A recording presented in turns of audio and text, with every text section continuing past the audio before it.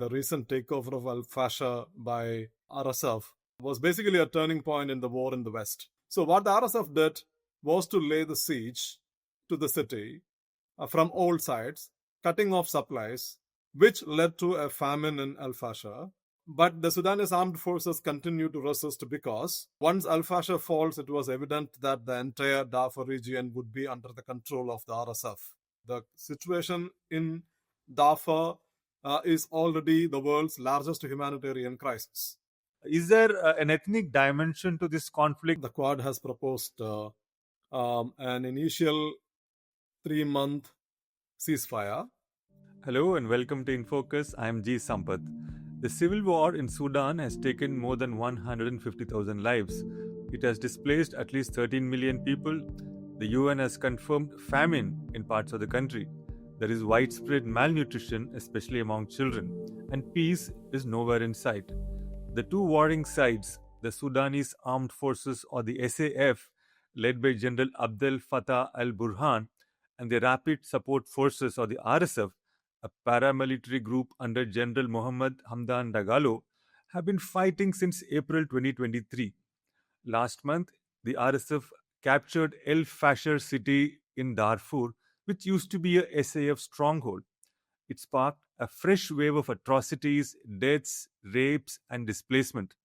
A US-backed ceasefire proposal is on the table, but Sudan remains a humanitarian black hole for now.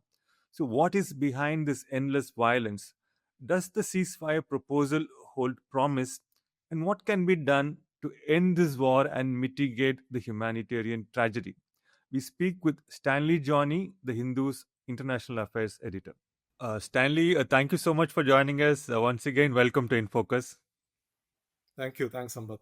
So, Stanley, to start with, can you just give us a quick overview of the military situation on the ground? You know, we have these two warring sides, the Sudanese Armed Forces and the Rapid RSF, the Rapid Support Forces. So, who controls how much territory, and is there either of them gaining the upper hand?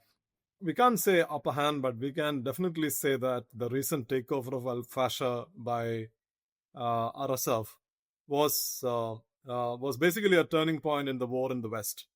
So if you look at Sudan's map, still the Sudanese Armed Forces control much of the territory because they control Khartoum. Khartoum was controlled by the RSF, but earlier this year, the Sudanese Armed Forces recaptured Khartoum, which was a blow for the RSF. And they also control the Nile corridor. They control the Red Sea coast, basically towards Port of Sudan. These are important supply lines, also population centers, agriculture. So these are all basically in the north and east of the country? That's correct. Okay. Parts of center, north and east of the country. Whereas you look at RSF areas, they control more or less the entire Darfur region in the west. They are now advancing towards Kordofan in the central Sudan. And, so they control basically central parts of central Sudan and western Sudan. But Darfur is a major population center. So that is an advantage for the RSF. And Darfur also, it is also known for its gold mines. Since they have the control of the Darfur region, the RSF has access to the gold mines. They can now tax the people in the region, including in al-Fasher, which is a major city. So that gives economic advantage. That also gives some kind of strategic depth to the RSF now.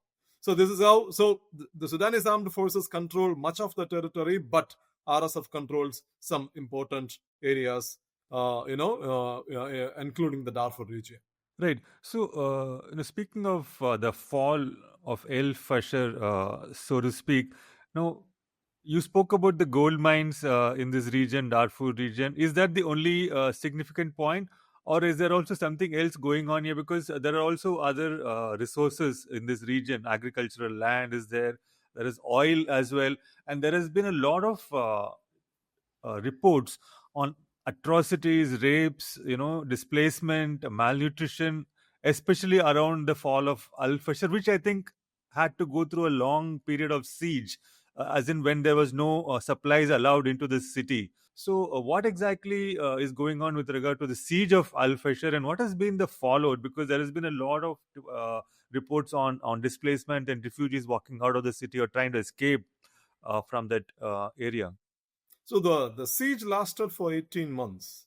18 months. 18 months, and the RSF had laid the siege on the city, because if you look at the map, Al-Fasher is right at the center of the Darfur region. So the entire Darfur region was controlled by the RSF, and Al-Fasher remained as an enclave within Darfur, remained an enclave within Darfur, but controlled by a state loyal to the Sudanese Armed Forces.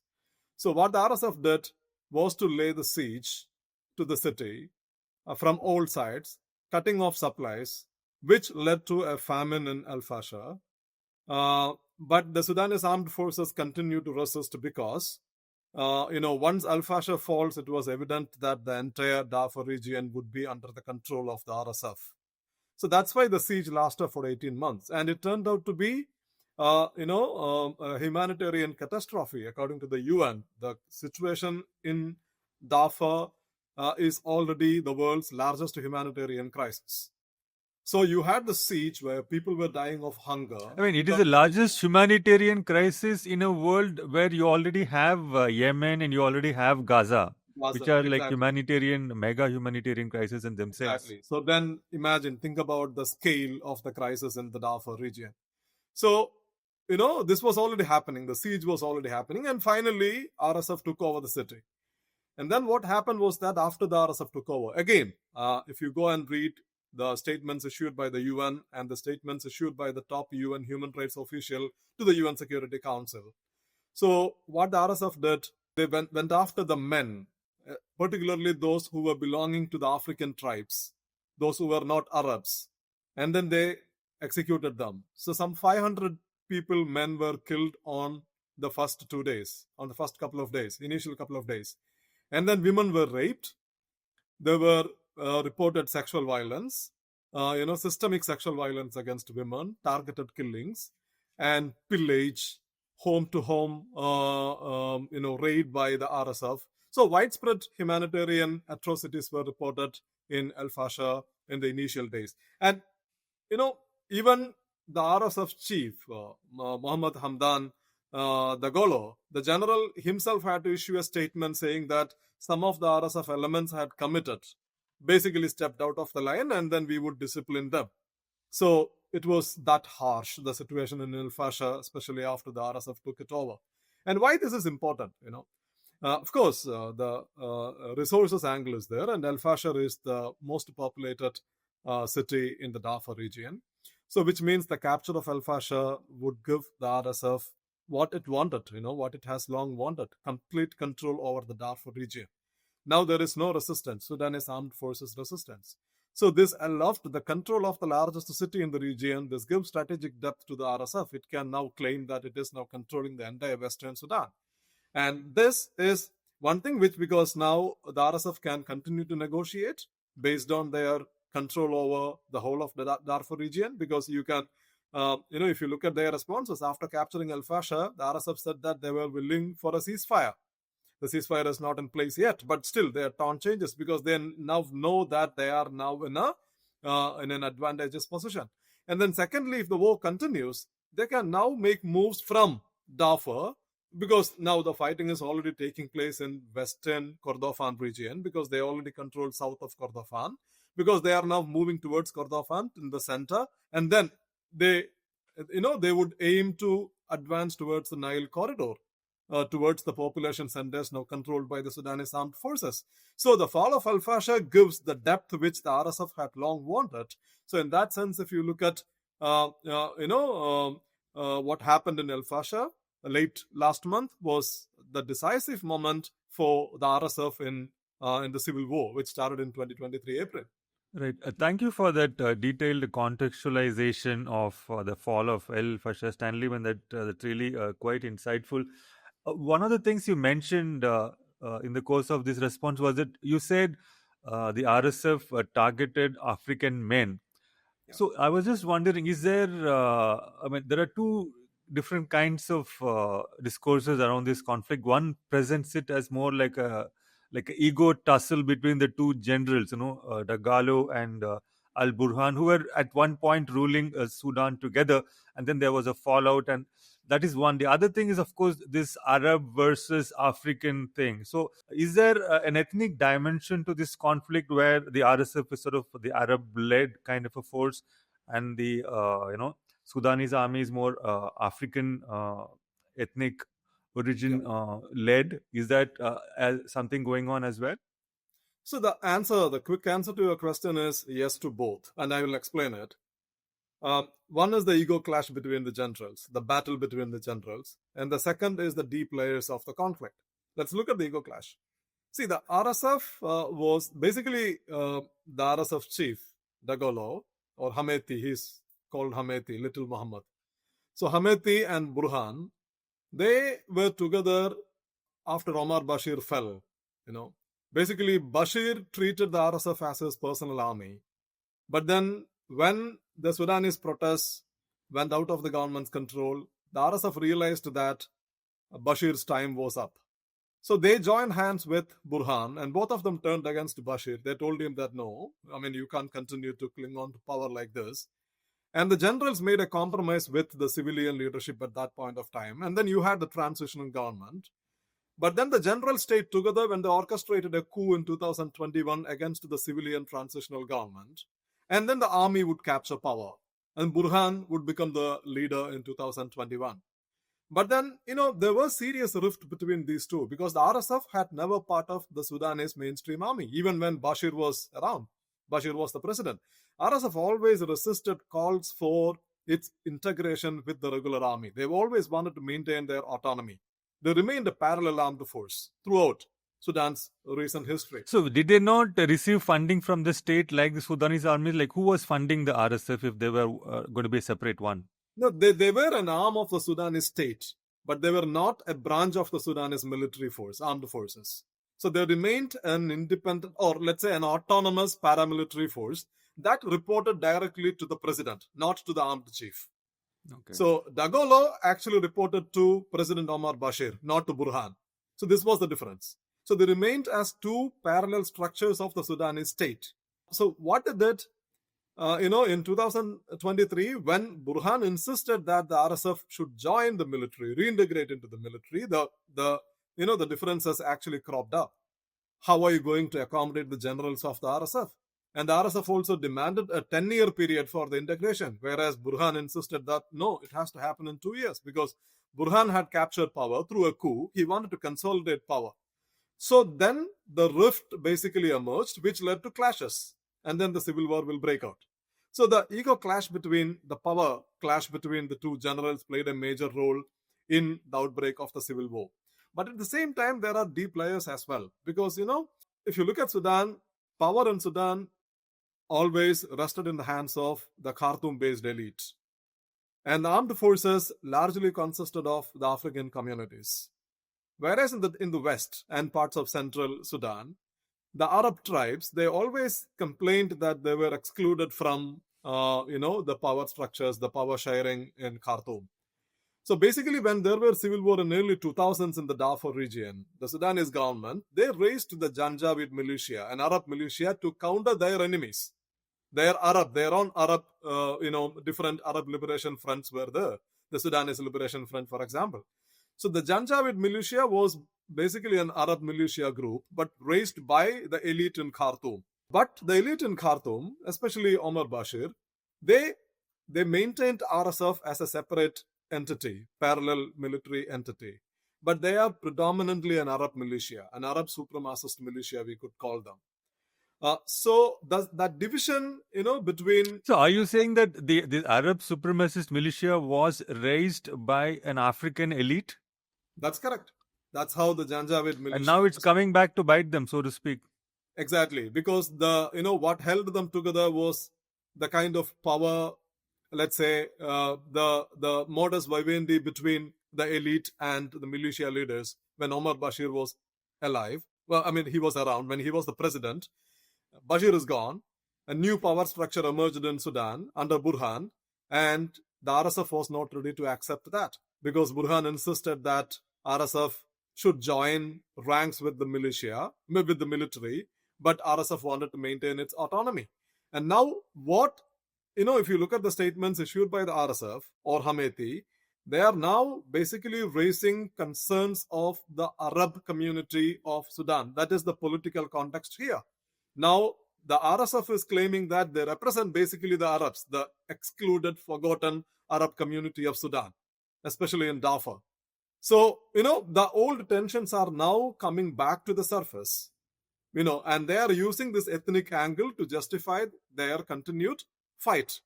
So, both angles are there. The ego clash is there, but at the same time, the ethnic layers are also there. Right. So we have the ego battle aspect on the one hand. Then there is also, as you said, the ethnic dimension. But then we also have the interference of proxy players, other countries in the region, Egypt and UAE and so on. So can you talk a little bit about what is happening on that side of things? Yeah, because the UAE is backing the RSF. I think it's very evident. The Sudanese government keeps saying that. Even the Sudanese ambassador in Delhi recently gave a press conference. In a press conference, he said that the UAE is directly backing RSF and providing weapons. I think the different UN reports had also mentioned the role the UAE is playing. It's now very well documented. Whereas Egypt is supporting the Sudanese army. And also, how does it work? Because both are Arab powers, correct. UAE as well as Egypt. So how do they decide whom to back? Yeah. What is their logic? And, both are Arab and both were also together in other theaters. The Egyptian military and the UAE always stand together against Muslim Brotherhood allied groups and other parts of the conflict. For example, in Libya and in other countries. But here, they are divided. The reason is Egypt had historically exerted its influence in Sudan. And Egypt wanted to continue to maintain that influence. And Egypt also believes that, a stable government backed by the military in Sudan serves its best interests. So the cooperation between the Sudanese military and the Egyptian military, both are basically, Egypt is also run by the military now under al-Sisi. So this is a historical partnership. It goes back, years. So Egypt wanted to basically maintain that relationship, and Egypt believes that stability in Sudan can be achieved only through a government that's backed by the Khartoum elite or the military establishment. So they wanted to maintain that relationship, and they continue to back the military regime, right? And the Saudis here are with the Egyptians. The Saudis and the Egyptians, basically, they... By Saudis, you mean is Saudi Arabia also involved? That's correct. They may not be directly supporting, they're directly supplying weapons, etc., but they back the government. So both the Saudi Arabia and UAE are backing the RSF? No, I'm saying that Saudi Arabia is backing the government. Saudi Arabia and Egypt are backing the government. Okay. And the UAE is backing the RSF. The UAE is backing the RSF for multiple reasons. One is, of course, which all the international experts have pointed out, is the gold connection. UAE is the hub for basically African gold trade. It has been for many, many years. And the RSF controls the major gold mines of Sudan. And Sudan has historically been one of the major sources of African gold. And RSF controls those mines, especially in the Darfur region. So it is important for the UAE to continue to keep the trade channels open. And to keep the trade channels open, they wanted to maintain very close relationship with the RSF. So that is one thing, the economic and the gold angle. And then secondly, the UAE definitely wanted to add on this gold angle. The UAE wanted to build influence in Africa, in the Horn of Africa, Red Sea coastal belt. They have done that in Somalia. They still try to do that in Yemen. So they wanted to build their own influence in this region. So the UAE believes that, but the gold angle is already there. The UAE believes that if they continue to back the RSF, which, from a military strategic point of view, the RSF has done well, in a sense, in keeping their stronghold, pushing the army out of the western part of the country. The UAE believes that by maintaining the support for the RSF, the UAE will have a seat on the table, and they have a seat on the table, because if you look at the so-called Quad, it is the United States and 3 Arab countries, the United States, the UAE, Saudi Arabia, and Egypt. So the UAE has a seat on the table. The UAE has, influence now in parts of Sudan through the RSF. And the UAE also believes that the RSF is not an Islamist entity, whereas you can argue that the Sudanese army has elements of Islamist factions because, it is from the time of the Bashir. Bashir is known to have Islamist sympathies. So there are Islamist factions associated with Burhan's military. And the UAE from the Arab Spring time onwards has taken a position against different Islamist factions in the region. So this is an Arab militia, but it is not an Islamist militia, the RSF. So because of ideological reasons, because of economic reasons, because of strategic and geopolitical reasons, the UAE believes that continuing to support the RSF would continue to serve its interests in Africa. Whereas Egypt wants to maintain its historical relationship with the armed forces, and Egypt believes that only a government backed by the army could provide stability to Sudan, and that would allow Egypt to maintain its historical influence in Sudan. That's how these two allies are separated in Sudan. And what is the calculation of Saudi Arabia? Why is it not siding with the UAE here and instead siding with the Egyptian side? There are some kind of tensions and competition between the Saudis and the UAE. The days are gone when the UAE played second fiddle to the Saudis. Because you look at Yemen, and Yemen, the Saudis back the internationally recognized government, whereas the UAE is backing a separate transitional government in south in Aden. So Saudi Arabia and the UAE actually support different interests in these countries. So in the case of Egypt, the Saudis, maybe they share the same view of the Egyptians, hoping that only the military can stabilize the country.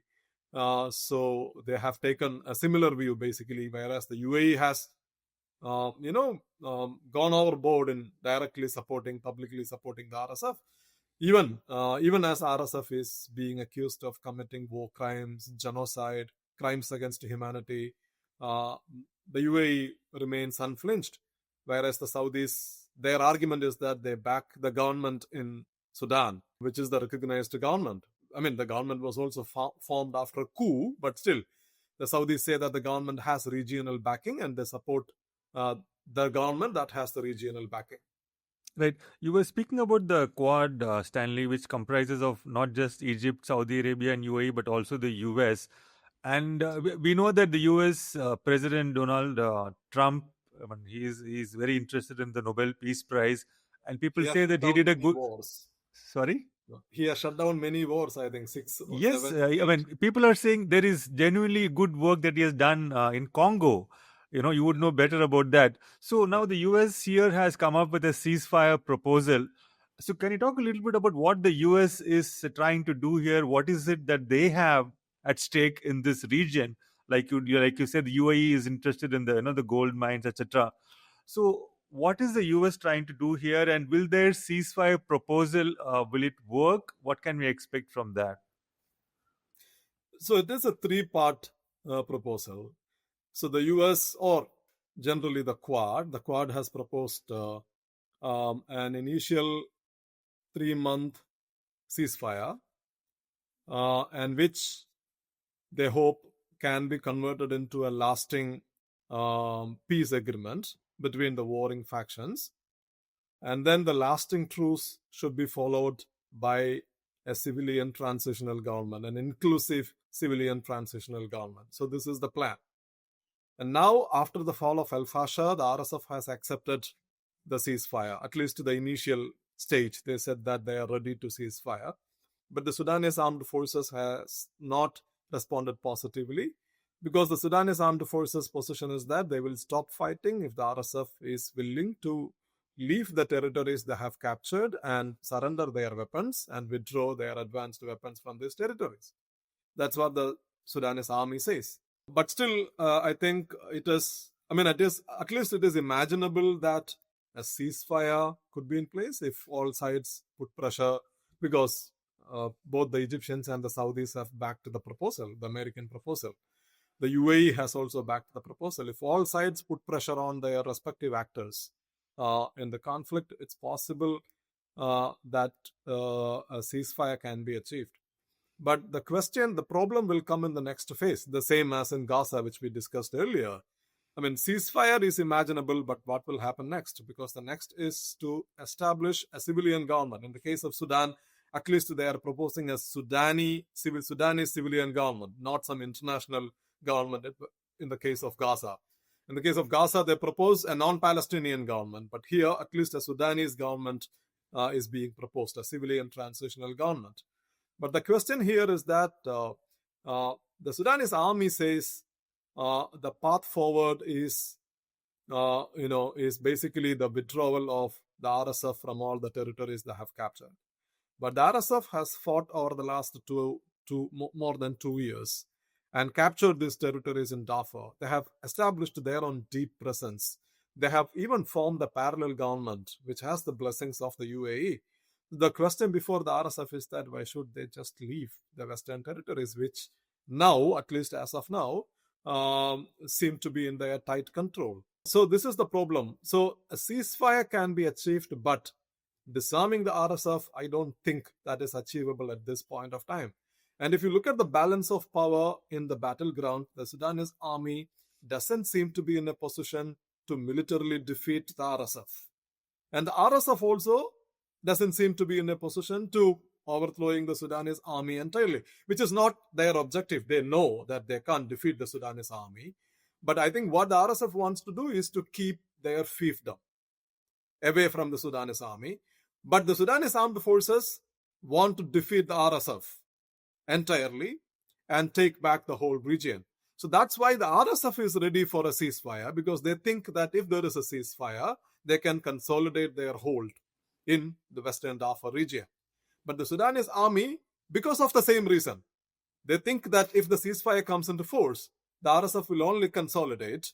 So, delayed fight means RSF would emerge stronger.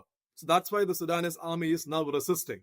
So even if there is a ceasefire, because there are arguments in favor of ceasefire, mainly because of the humanitarian situation, which is pretty bad. So both sides have some incentive to cease fire for some time.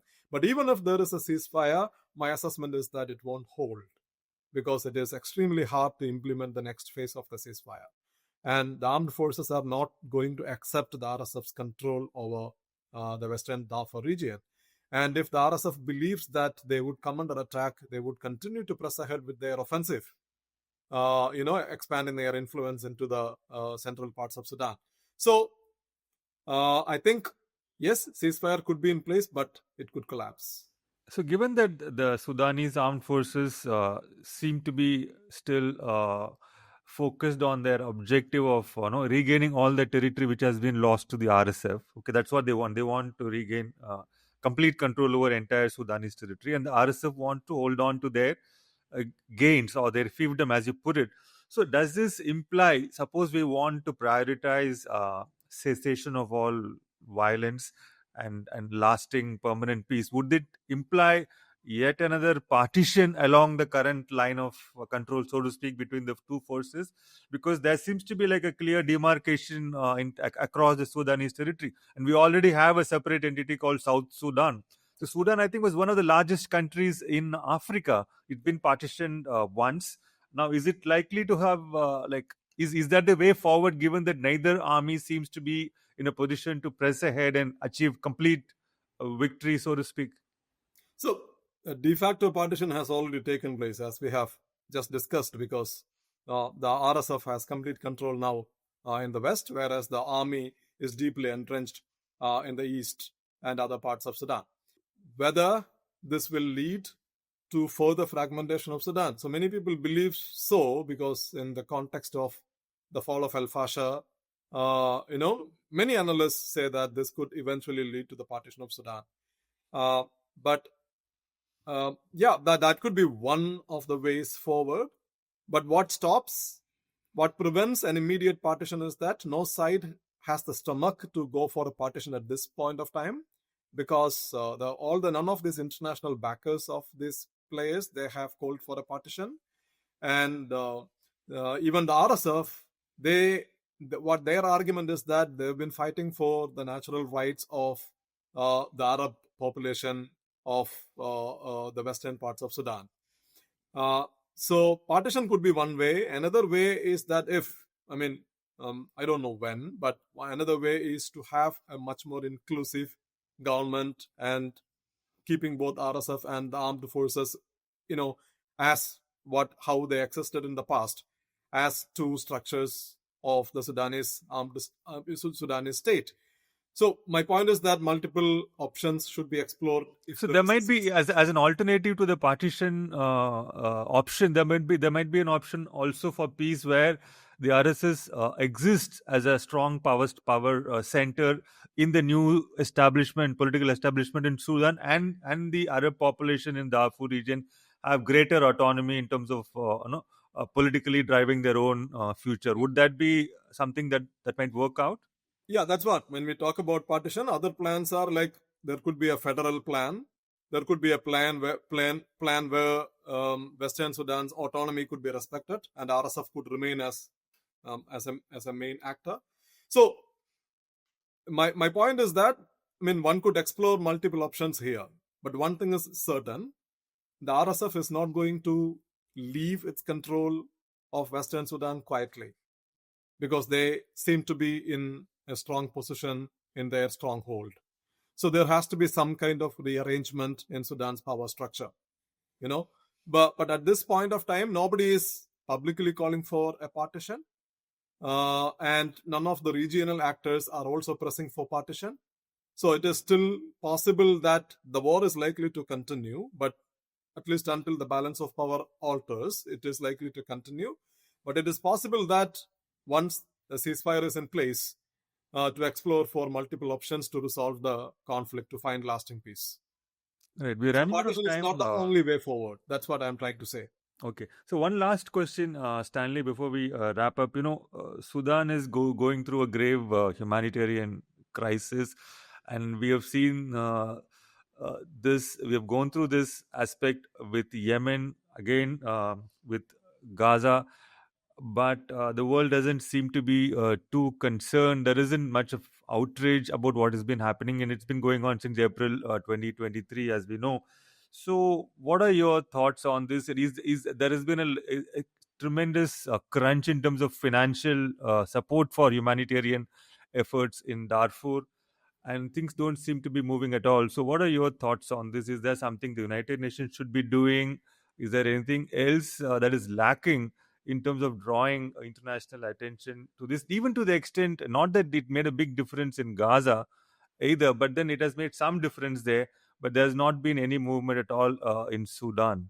Yeah, there is a complete disregard for the humanitarian crisis in all these theaters, I would argue. So Yemen has been going on from 2015 onwards. The Saudis bombed Yemen first, the Emiratis bombed Yemen, the Americans bombed Yemen, the British bombed Yemen.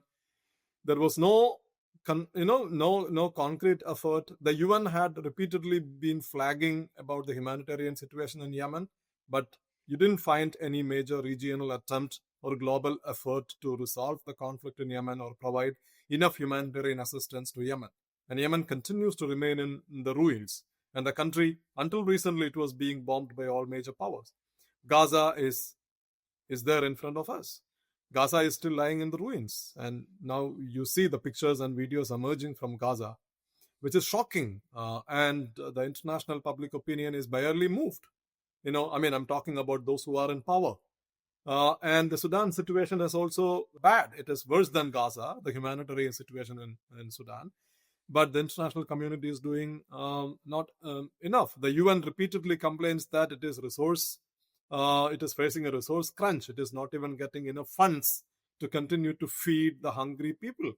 And a famine has been declared in Gaza earlier, in northern Gaza earlier, and in western Sudan recently.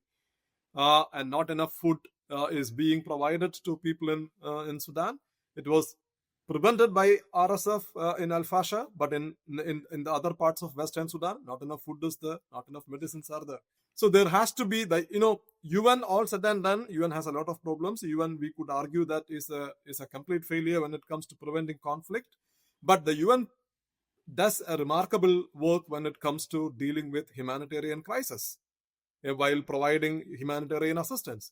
And the job of other countries is to basically, enable the UN to do this job, provide more funds, give the UN agencies access to the conflict zones, provide food, and that's not happening. Nobody seems to be bothered. This is the problem. So you can see in all these theaters, there is a complete disregard for the humanitarian situation, whether it is in Yemen, Gaza, Sudan, Congo, Ethiopia, where the Ethiopian forces were attacking the Tigray militias. So in all these theaters, what you see that the international organizations are not able to do enough in resolving these humanitarian crises, and international community is not practically doing nothing to enable the UN to do its job. Right, that's a pretty grim scenario, Stanley. I mean, it really is a matter of big concern across the world that the international institutions who are mandated to intervene are not doing so, and the international leaders from different powerful countries, it's not really on top of their agendas as well. And as you said, Yemen, Gaza, Sudan, they're all, I think, going through a similar kind of abject neglect. And one can only hope that this will change. We'll have to wait and watch. Thank you so much once again, Stanley, for joining us. A pleasure talking to you. Thanks, Amber.